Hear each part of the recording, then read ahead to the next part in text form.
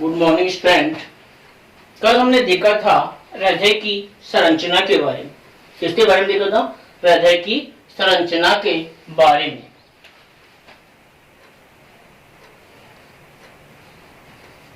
हृदय की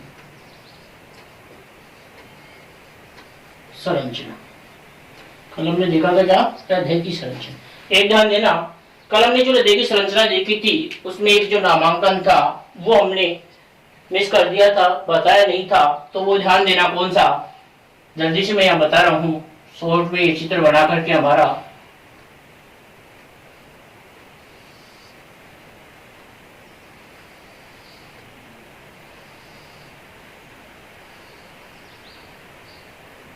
ऐसे हमने चित्र बनाया था। इस चित्र में यह हमारा हृदय का चित्र था। अब जो ये चित्र है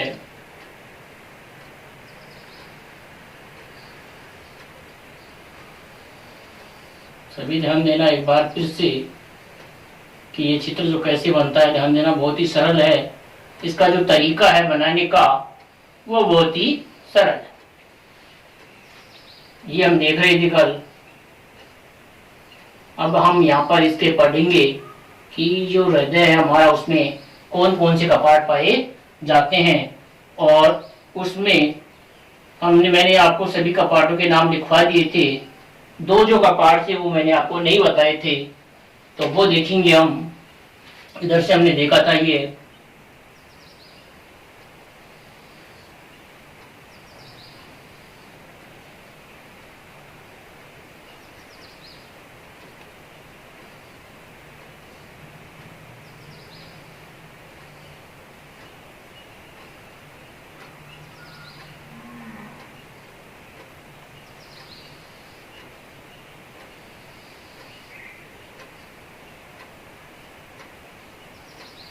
देखा था। अब यहाँ पर हम जो कपाटों की बात करेंगे कि कहाँ कहाँ कौन कौन से कपाट पाए जाते हैं। केवल अब मैं इसके सारे नामांकन नहीं लिखूंगा, केवल हृदय में कौन कौन से कपाट होते हैं या आज हम जो चीजें पढ़ेंगे उसके बारे में। तो यहाँ पर मैंने एक बिंदु अंकित किया था और उसको नाम दिया था क्या? SA0। क्या नाम दिया था? SA0। और एक यहाँ पर बिंदु अंकित किया था, उसको नाम दिया था क्या? AV0। क्या नाम दिया था? AV0।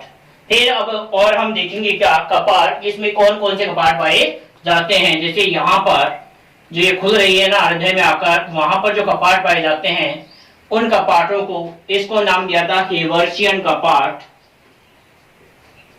हेवर्सियन कपाट। और इसको नाम दिया था क्या? थिबेशियन कपाट। क्या नाम कहा था इसको? थिबेशियन कपाट कहा था इसको। तो ये देख रहे हैं हम, इसको क्या कहा था? थिबेशियन कपाट। इसको क्या कहा था? थिबेशियन कपाट कहा था। तो इसका नाम लिखेंगे हम क्या? सॉरी, यूस्टेकियन कपाट।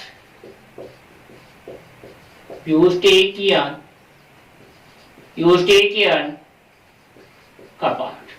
उसके बाद में ये नाम नहीं लिखाया था मैंने, जहां पर आयरन और नीले के बीच में यहाँ जो कपाट पाया जाता है द्विवर्णी और त्रिवर्णी, तो यहाँ पर जो कपाट होता है उस चित्र में भी लिख लेना। ये नाम मैंने नहीं लिखाए थे, अंकित नहीं करवाए थे।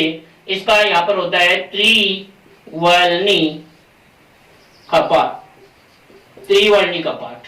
और इसको यहाँ पर पाया जाता है कौन सा? द्विवर्णी कपाट। क्या पाया जाता है? द्विवर्णी कपाट। ये ध्यान रखना।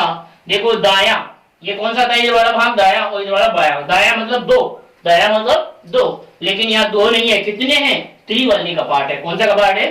त्रिवर्णी कपाट। फिर यहाँ पर देखा था हमने जो कपाट था वो कौन सा था? पल्मोनरी एरोटिड कपाट। कौन सा था? पल्मोनरी एरोटिड कपाट। तो यहाँ पर हम लिखेंगे क्या? पल्मोनरी एरोटिड कपाट। यहां लिख रहे हैं हम पल्मोनरी एरोटिड कपाट। पल्मोनरी एरोटिड कपाट। और ये जो कपाट था यहाँ पर उसको कह रहे थे एरोटिड कपाट। क्या कह रहे थे? एरोटेड कपाट। और फिर मैंने एक चीज और ये बताई थी कि इन दोनों को मिलाकर के संयुक्त रूप से उसे कहते हैं हम क्या, अर्ध चंद्राकार कपाट। क्या कहते हैं, अर्ध चंद्राकार कपाट कहते हैं। तो ये जो हमारा हर्ट जो है उसमें कौन कौन से कपाट पाए जाते हैं उन कपाटों के बारे में लिखा है हमने। अब हम इनके बारे में सभी के बारे में देखेंगे तो इस चित्र से आप समझ जाएंगे। अगर जिसने ये चित्र आप अलग से और बना लें, क्या हृदय की संरचना, और उसमें क्या लिखेंगे कि हृदय में कपाट, सब कौन क्या डालेंगे, हृदय में पाए जाने वाले कपाट। तो कहाँ कौन कौन से कपाट पाए जाते हैं उनके नाम से आप समझ जाएंगे। मैं दिखाऊंगा अभी इनको कि जैसे हेवर्शियन कपाट है कहाँ पाया जाता है, यूस्टिकियन कपाट है कहाँ पाया जाता है, त्रिवर्णी कपाट कहाँ होते हैं, ये पल्मोनरी एरोटिड कपाट कहाँ होता है, एरोटिड कपाट कहाँ होता है, द्विवर्णी कपाट कहाँ होता है। और उसके बाद में हम ऐसे नोड और एवी नोड के बारे में जानकारी भी पढ़ेंगे। तो ये चित्र देख ले एक बार और जल्दी से इसको आप नोट कर लें इस चित्र को। उसके बाद में हम आगे देखेंगे कि किस प्रकार से जो ये कपाट हैं वो कार्य करते हैं और इनका कार्य क्या है। ये रक्त प्रवाह जो होता है उसको विपरीत दिशा में बहने से रोकते हैं।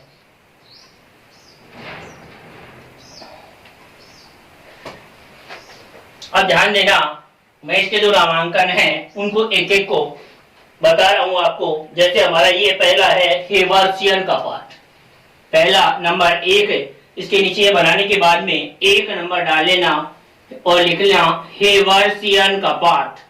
1 नंबर डाल करके लिखना हेवर्शियन कपाट। बताओ कहाँ पाया जा रहा है, कहाँ पाया जा रहा है, अग्र महाधमनी जहां पर हृदय में आकर खुलती है वहां पर पाए जाने वाला कपाट है। कौन सी, ये कौन सी थी, सॉरी अग्र महाशिरा। अग्र महाधमनी नहीं है, क्या है, अग्र महाशिरा। और ये क्या है, पश्च महाशिरा। तो अग्र महाशिरा जहां हृदय में आकर खुलती है वहां पर पाए जाने वाला जो कपाट है वो क्या कहलाता है, हेवर्शियन कपाट। दिख रहा है ना। तो इसमें हेवर्शियन कपाट पॉइंट डालेंगे और आप फिर लिखेंगे यह है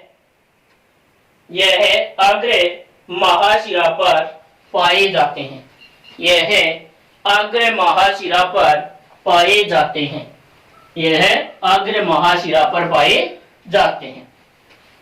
बस इतना ही लिखना है। दूसरा लिखना आप यूस्टेकियन कपाट। क्या लिखेंगे, यूस्टेकियन कपाट। क्या लिखेंगे, यूस्टेकियन कपाट। और इसमें लिखेंगे यूस्टेकियन कपाट में लिखेंगे यह है, कहां पाया जा रहा है, दिख रहा है हमारे को, अरे चित्र में जो दिख रहा है वही लिखा रहा हूं।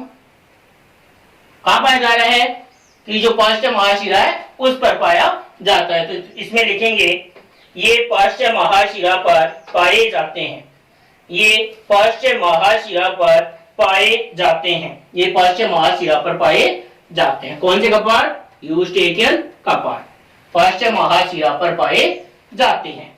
उसके बाद में 3 नंबर पर त्रिवर्णी कपाट। 3 नंबर पर डालना त्रिवर्णी कपाट, या इसका दूसरा नाम है ट्राइकसाइड। क्या बोलते हैं इसको, ट्राइकसाइड। इसका दूसरा नाम कोष्टक में लिख लेना ट्राइकसाइड, ट्राइकसाइड, ट्राइकसाइड, त्रिवर्णी कपाट। ट्राइकस भी बोलते हैं, ट्राइकसाइड कपाट है त्रिवर्णी कपाट। कहां पाए जा रहे हैं बताओ, कहां पर, दाएं आलिंद व दाएं निलय के बीच में। कहां पर पाए जा रहे हैं, दाएं आलिंद व दाएं निलय के बीच में ये कपाट पाए जाते हैं। कहां पर पाए जाते हैं, दाएं आलिंद व दाएं निलय के बीच में। तो इसमें लिखेंगे दाएं आलिंद व दाएं निलय के मध्य पाए जाते हैं, दाएं आलिंद व दाएं निलय के मध्य पाए जाते हैं। लिखा है दाएं आलिंद व दाएं निलय के बीच में, दाएं आलिंद व दाएं निलय के बीच में पाए जाते हैं, दाएं आलिंद व दाएं निलय के बीच में पाए जाते हैं। फिर लिखना आप 4 नंबर पर, या पहले ये लिख लेना 4 नंबर पर द्विवर्णी कपाट। द्विवर्णी कपाट या बाइकस्फिड, या बाइकस्फिड, उसको नाम दिया था ट्राइकस्फिड। ये ट्राइकसाइड देश को नाम है ट्राइकस्फिड, इसका यहां पर नाम है क्या, ट्राइकस्फिड, और उसका नाम है बाइकस्फिड, ट्राइकस्फिड, और इसको बोलते हैं बाइकस्फिड। फीट, 22 गज फीट इसका। तो द्विवल्नी कपाट कहाँ पाए जा रहे हैं? बाएं आलिंद व बाएं नीले के मध्य पाए जाते हैं। तो इसको लिखेंगे, ये बाएं आलिंद व बाएं नीले के मध्य पाए जाते हैं। ये बाएं आलिंद व बाएं नीले के मध्य पाए जाते हैं। ये कहाँ पाए जा रहे हैं? बाएं आलिंद व बाएं नीले के मध्य पाए जाते हैं। फिर उसके बाद में हम देखेंगे कौन सा, जो पल्मोनरी एरोटेड कपाट, पल्मोनरी एरोटेड कपाट। 5 को 4 नंबर हो गए, 5 नंबर पर, 5 नंबर पर डालो पल्मोनरी, पल्मोनरी एरोटेड कपाट। देखना कहां पाया जा रहा है? ये जो धमनी यहां से जा रही है दाएं नीले से, वो कहां जाती है? फुफ्फुस में जाती है। इनको हम क्या नाम दिया था? फुफ्फुसीय धमनियां। क्या नाम दिया था? फुफ्फुसीय धमनियां। तो आप इसको क्या कह सकते हैं कि ये कहां पाए जा रहे हैं? कि जो फुफ्फुसीय धमनियां होती हैं, कहां पर? फुफ्फुसीय धमनियों के उद्गम स्थल पर। फुफ्फुसीय धमनी जो है उसके उद्गम स्थल पर जो पाया जाने वाला जो कपाट है, वो कपाट है कौन सा? पल्मोनरी एरोटेड कपाट, पल्मोनरी एरोटेड कपाट। तो लिखो, ये फुफ्फुसीय धमनियों के उद्गम स्थान पर पाए जाते हैं। ये फुफ्फुसीय धमनियों के उद्गम स्थान पर पाए जाते हैं। क्योंकि ये चीज मैंने आपको पहले भी बताई है, धमनी और शिरा में जब अंतर लिखाया था उस समय बताया था कि जो धमनियां होती हैं उनमें कपाट नहीं होते हैं, लेकिन यहाँ मैं कपाट बता रहा हूँ। तो ये कहां पर है? इनके उद्गम स्थल पर, जहां ये उद्गम हो रही है वहां पर ही पाए जाते हैं। बीच में इनमें कहीं पर कपाट नहीं होते हैं, बल्कि शिराओं में कपाट पाए जाते हैं जगह जगह पर। तो ये बता दिया कि ये कहां पर? फुफ्फुसीय धमनियों के उद्गम स्थल पर पाए जाते हैं। फुफ्फुसीय धमनियों के उद्गम स्थान पर पाए जाते हैं। फिर उसके बाद में 6वां नंबर डालना एरोटेड कपाट। 6वां नंबर किसको डालोगे? एरोटेड कपाट, एरोटेड कपाट। ये कहां पाया जाता है? महाधमनी के उद्गम स्थल पर। कहां पाया जा रहा है? कहां दिख रहा है? ये महाधमनी है। ये कौन सी धमनी थी? महाधमनी। तो इसके उद्गम स्थल पर पाया जाने वाला जो कपाट है वो क्या कहलाता है? एरोटेड कपाट। तो इसमें लिखो, एरोटेड में लिखो, यह महाधमनी के, यह महाधमनी के उद्गम स्थान पर पाया जाता है या पाए जाते हैं। यह महाधमनी के उद्गम स्थान पर पाया जाता है। यह महाधमनी के उद्गम स्थान पर पाया जाता है। कहां पाया जा रहा है? महाधमनी के उद्गम स्थान पर पाया जाता है। ये जो हमने अभी देखा वो क्या देखा? कि हमारे जो हृदय में पाए जाने वाले विभिन्न प्रकार के कपाट, हृदय में पाए जाने वाले विभिन्न प्रकार के कपाट देखे। जिसमें पहला देखा हेवर्शियन कपाट। कहां पाया जा रहा है? अग्र महाशिरा के, अग्र महाशिरा के स्थल जो खुल रहा है वहां पर पाया जाता है। यूस्ट्रियन कपाट पश्चिम महाशिरा पर पाया जा रहा है। त्रिवर्णी कपाट कहां पर? दाएं आलिंद व दाएं नीले के मध्य पाया जाता है। द्विवर्णी कपाट कहां? बाएं आलिंद व बाएं नीले के बीच में पाया जाता है। और उसके बाद में पल्मोनरी एरोटेड कपाट फुफ्फुसीय धमनी के उद्गम स्थान पर पाया जाता है। और एरोटेड कपाट है वो कहां पाया जाता है? महाधमनी के उद्गम स्थान पर पाया जाता है। फिर इसके बाद में मैंने ये लिखा है आपको अर्धचंद्राकार कपाट। तो क्या किसको कहते हैं? पल्मोनरी एरोटेड कपाट। और एरोटेड कपाट को हम संयुक्त रूप से क्या कह सकते हैं? अर्धचंद्राकार कपाट कहते हैं। आपने पढ़ा है छोटी क्लास में कि जो महाधमनी होती है या जो फुफ्फुसीय धमनी है उनमें अर्धचंद्राकार कपाट होते हैं, जो क्या कार्य करते हैं? रक्त के विपरीत प्रवाह को रोकते हैं। कि अगर एक बार नीले से रक्त इनमें धमनियों में चला गया तो वापस नीले में नहीं आता। उनको रोकने का कार्य कौन करते हैं? अर्धचंद्राकार कपाट करते हैं। कौन करते हैं? अर्धचंद्राकार कपाट करते हैं। अब ये हमारा हो गया हृदय में पाए जाने वाले कपाट। अब हम पढ़ेंगे किसके बारे में? एस ए नोड के बारे में। किसके बारे में पढ़ेंगे? S A node. तो अभी आप हेडिंग डालें एस ए, सॉरी इससे पहले ये नोट ये लिख लो आप, नोट लगाकर। जो मैंने ये बात लिखी है ना, इन दोनों को मिलाने से अर्धचंद्राकार कपाट कहते हैं। तो नोट लगाओ और नोट लगा करके लिखो, नोट लगाकर लिखो एरोटेड कपाट तथा, एरोटेड कपाट तथा पल्मोनरी एरोटेड कपाट को, एरोटेड कपाट तथा पल्मोनरी एरोटेड कपाट को संयुक्त रूप से अर्धचंद्राकार कपाट कहते हैं।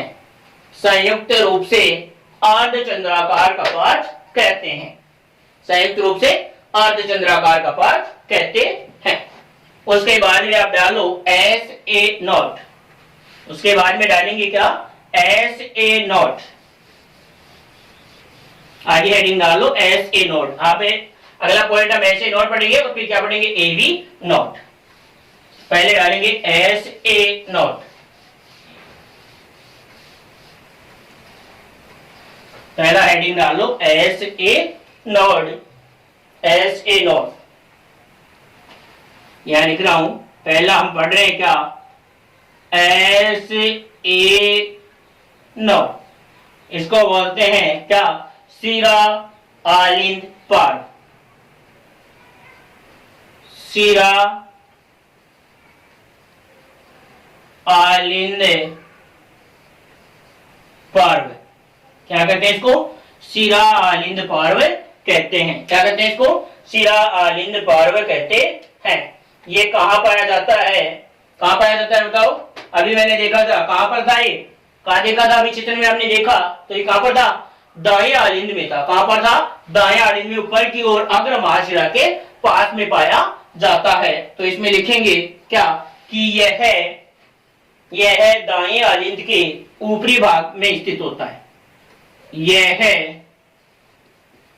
दाएं आलिंद के ऊपरी भाग में स्थित होता है।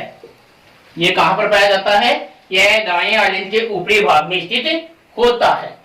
उसके बाद में हम देखेंगे कि इसे और क्या क्या नामों से जाना जाता है, इसके और क्या क्या नाम हैं। तो इसको देखो, इसे हृदय का हृदय,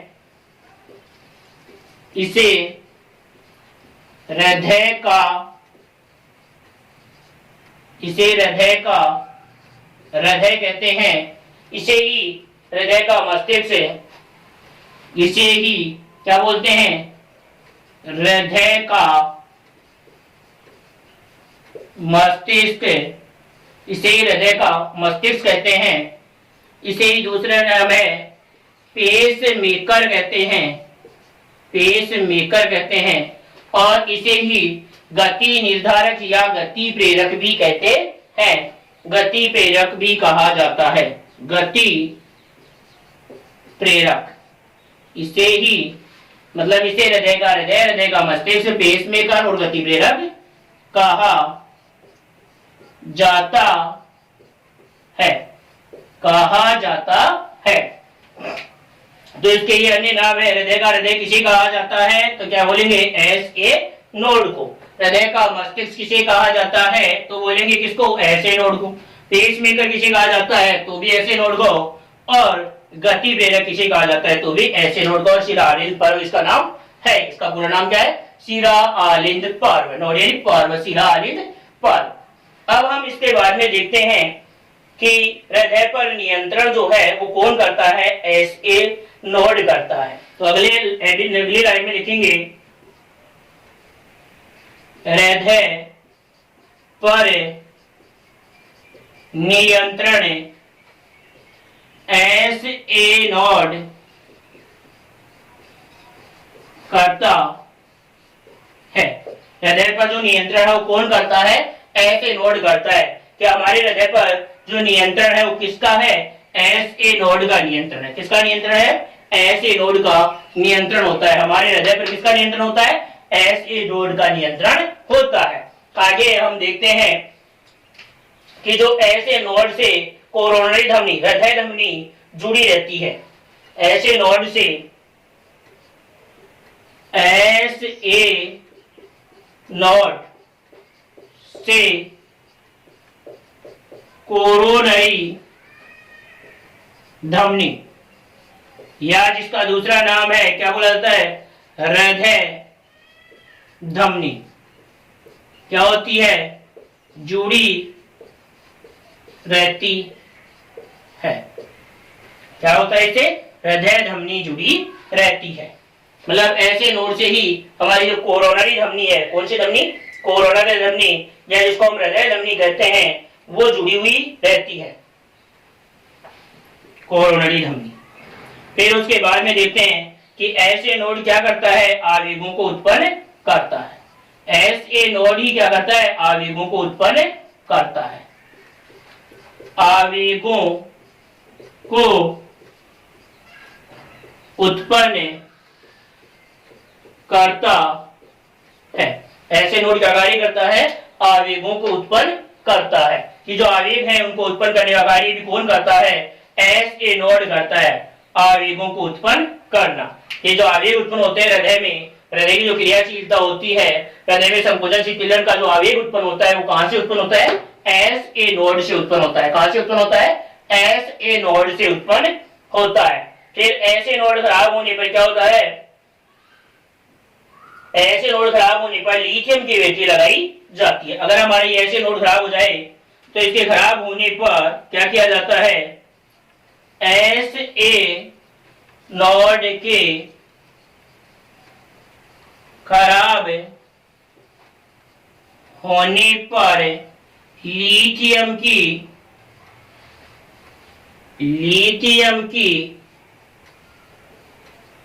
बैटरी लगाई जाती है, लगाई जाती है। कि अगर हमारे हृदय में आवेग उत्पन्न करने हैं, ऐसे नोड खराब हो गए तो आवेग उत्पन्न नहीं होंगे, तो उसके लिए हम क्या करते हैं, ऐसे नोड में आवेग उत्पन्न करने के लिए लिथियम की बैटरी लगाते हैं। इंपॉर्टेंट चीज है, पूछा जा सकता है, इसीलिए मैंने इसको अलग रेड कलर में लिखा है हाईलाइट किया आपके लिए कि ऐसे नोड अगर खराब हो जाए तो क्या किया जा सकता है। तो ऐसे नोड खराब होने पर क्या किया जाता है, हमारे शरीर में लिथियम की बैटरी लगाई जाती है हृदय में, जो आवेग उत्पन्न करने में सहायक होता है।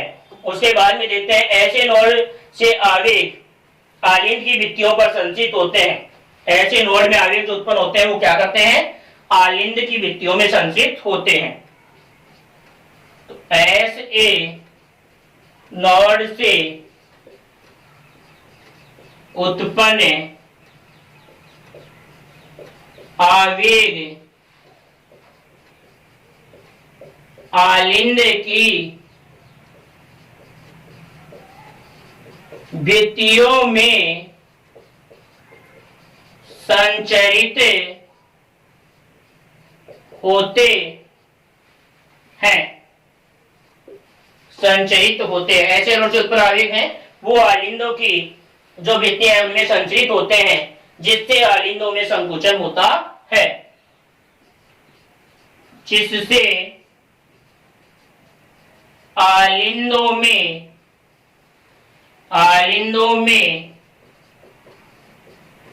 संकुचन होता है, जिससे आलिंदों में क्या होता है, संकुचन होता है। मतलब ऐसे नोड से आवेग जो उत्पन्न होते हैं वो आलिंदों की भित्तियों में संचरित होते हैं और जिससे क्या होगा, आलिंदों में संकुचन होता है। तो ये लिख लेंगे आप जल्दी से। फिर हम आगे देखते हैं एवी नोड के बारे में कि जो एवी नोड है वो किस प्रकार से और कैसे कार्य करता है। किस प्रकार से एवी नोड होता है, कैसा होता है, कैसे कार्य करता है। ये हमारा ऐसे नोड पूरा हो गया।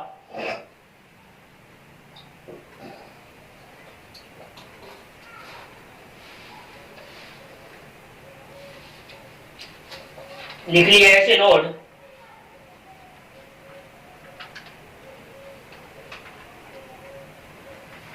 ऐसे नोड लिख लिया। तो अब लिखेंगे आप, मिटा रहा हूं इसको, दूसरा पॉइंट डालेंगे A V not, A V not.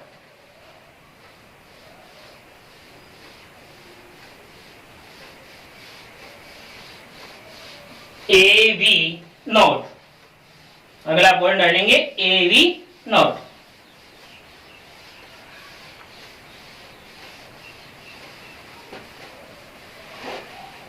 अगला पॉइंट हमारा ए वी नोड, इसको बोलते हैं आलिंद निलय पर्व। दूसरा पॉइंट है ए वी नोड और इसको बोलते हैं आलिंद निलय, आलिंद निलय पर्व। क्या बोलते हैं, आलिंद निलय पर्व कहते हैं, इसको बोलते हैं आलिंद निलय पर्व। तो इसके बारे में हम अब अध्ययन करते हैं। देखो सिरा आलिंद पर्व था इसका मतलब आलिंद में पाया जाने वाला पर्व था, लेकिन कहाँ पाया जाता? शिरा के पास में। ये भी आलिंद में पाया जाने वाला पर्व है, लेकिन कहाँ पाया जाएगा? निलय के पास में पाया जाएगा, जो कि हमने चित्र में अंकित करके बता दिया कि ये एवी नोड कहाँ होता है और एसए नोड कहाँ पर होता है। अब हम इसके बारे में देखेंगे। तो सबसे पहले ये कहाँ पर? आलिंद निलय पर, आलिंद और निलय पट पर कहाँ पाया जाएगा? दाएं आलिंद में स्थित होता है। इसमें लिखेंगे यह है आलिंद निलय पट पर दाएं आलिंद में स्थित होता है, स्थित होता है। मतलब ये कहां पर स्थित होता है? यह है आलिंद निलय, आलिंद निलय पट पर कहां पाया जाता है? दाएं आलिंद में स्थित होता है। फिर यह ऐसे नोड से आवेगों को ग्रहण करता है। इसका कार्य क्या है कि जो ऐसे नोड में आवेग उत्पन्न होते हैं उन आवेगों को, मान लिया ऐसे नोड है, ये एवी नोड है, तो उन आवेगों को क्या करता है? ये एवी नोड ग्रहण करता है। तो यह ऐसे नोड से उत्पन्न आवेगों को ग्रहण करता है। यह है एस ए नोड से उत्पन्न आवेगों को ग्रहण करता है। यह ऐसे नोड से उत्पन्न आवेगों को क्या करता है? ग्रहण करने का कार्य करता है, ग्रहण करने का कार्य करता है। तथा एवी नोड से आवेग हिज के बंडलों पर संचित होते हैं। फिर एवी नोड से जो आवेग होते हैं वो किसमें संचित होते हैं? हिज के बंडलों में। इसमें लिखेंगे एवी नोड से, एवी नोड से आवेग, एवी नोड से आवेग हिज के बंडलों में, हिज के बंडलों में संचरित होते हैं, हिज के बंडलों में संचरित होते हैं। मतलब क्या कह रहा है आगे कि एवी नोड से जो आवेग उत्पन्न होते हैं वो आवेग किसमें संचरित होते हैं? हिज के बंडलों में संचरित होते हैं। तथा पुरकिंज तंतुओं से ये कहां पर? नीले की भित्तियों पर संचरित हो जाते हैं। फिर इसके बाद में क्या होगा? तथा पुरकिंज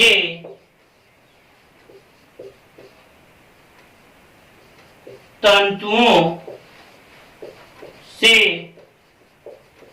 होते हुए ये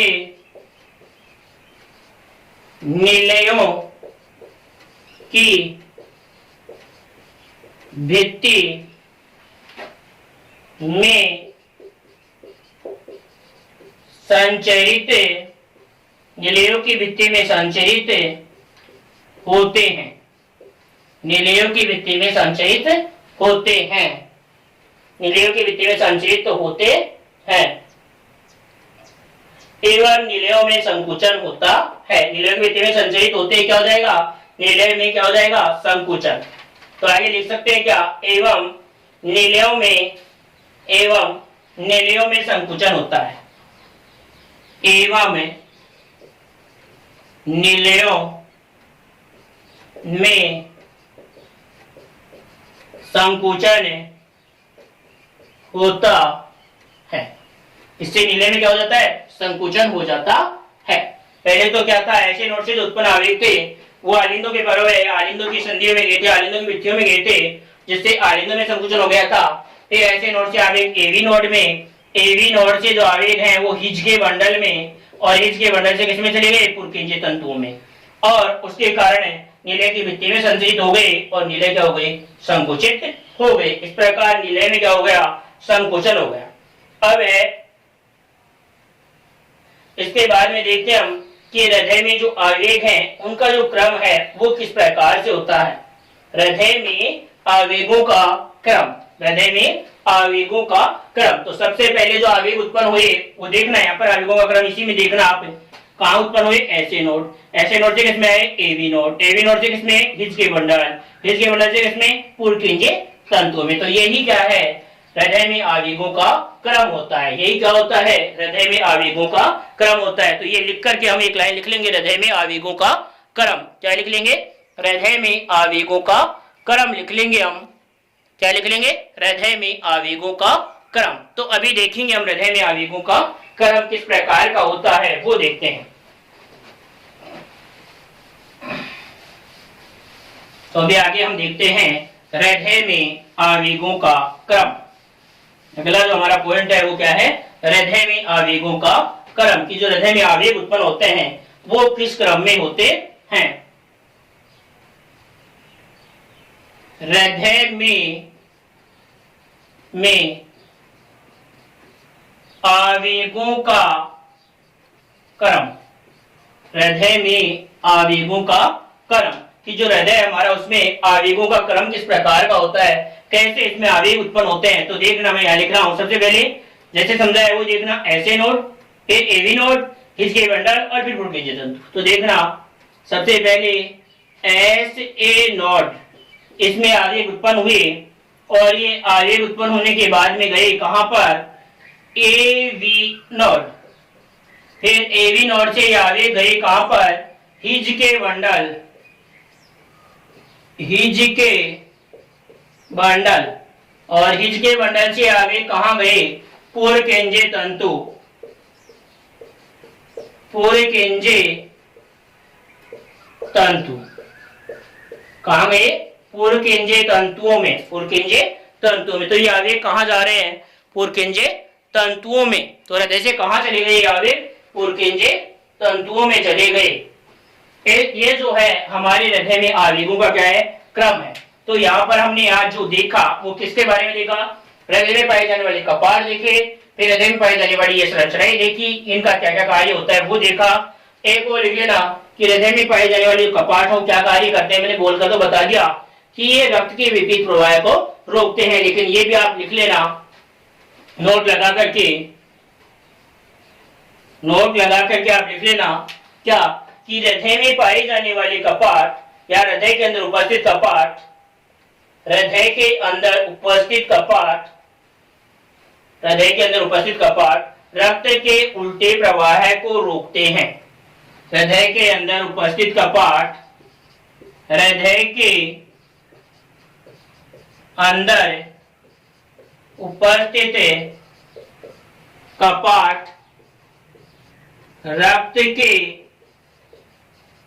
विपरीत प्रवाह को रोकते हैं। विपरीत प्रवाह, विपरीत प्रवाह को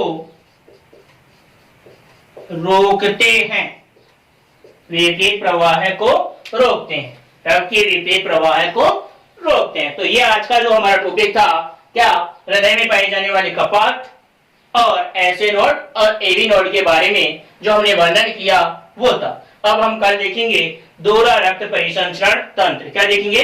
दोहरा रक्त परिसंचरण देखेंगे, और जो हमारा हृदय है वो कार्य कैसे करता है। जैसे ये कार्य इसी से संबंधित आएंगे कि ऐसे नोड से एवी नोड तक आवेग कैसे जाते हैं, कितना समय लगता है, हमारा जो हृदय है वो किस प्रकार से जैसे सामान्यतः बेहतर स्पंदन करता है, जिसमें सिस्टोल डायस्टोल कितना समय लेते हैं, हृदय संकुचन में कितना होता है, इसमें आलिन संकुचन, फिर आलिन शीतलन, फिर नीरज संकुचन, नीरज शीतलन, ऐसे जो क्रियाएं हैं उनके बारे में हम आगे के जो हमारा अगला जो टॉपिक होगा या अगला जो पार्ट होगा उसमें हम अध्ययन करेंगे। तो आज हमने पढ़ लिया क्या क्या किस किस के बारे में, हृदय में पाए जाने वाले कपाट, ऐसे नोड, एवी नोड के बारे में हमने विस्तृत रूप से अध्ययन किया है। तो आपको ये कैसा वीडियो लगा, सभी फ्रेंड्स या सभी जो स्टूडेंट्स हैं वो जरूर कमेंट करके बताएं कि आपको ये किस प्रकार से ये वीडियो लग रहा है, आपकी जो तैयारी में ये सहयोगी होगा या जरूर होगा। अगर आप पढ़ेंगे तो ये आपकी जो भी सामान्य कंपटीशन एग्जाम है उनमें भी, 12वीं का लेवल ही नहीं है उनमें भी आप रेट की जो एग्जाम देंगे आप उनमें भी, मैं भी तैयारी कर रहा हूँ, तो उसके लिए भी ये पर्याप्त मात्रा में है आपके लिए। तो मैं इतना ही कहूंगा कि आप इसको ज्यादा से ज्यादा शेयर करें और ज्यादा से ज्यादा दोस्तों को, अपने फ्रेंड्स जो हैं स्टूडेंट वो उनको आप ये वीडियो भेजें और लाइक और सब्सक्राइब करवाने के लिए हमारे चैनल को जरूर कहें। आज इतना ही काफी है। जय हिंद, जय भारत।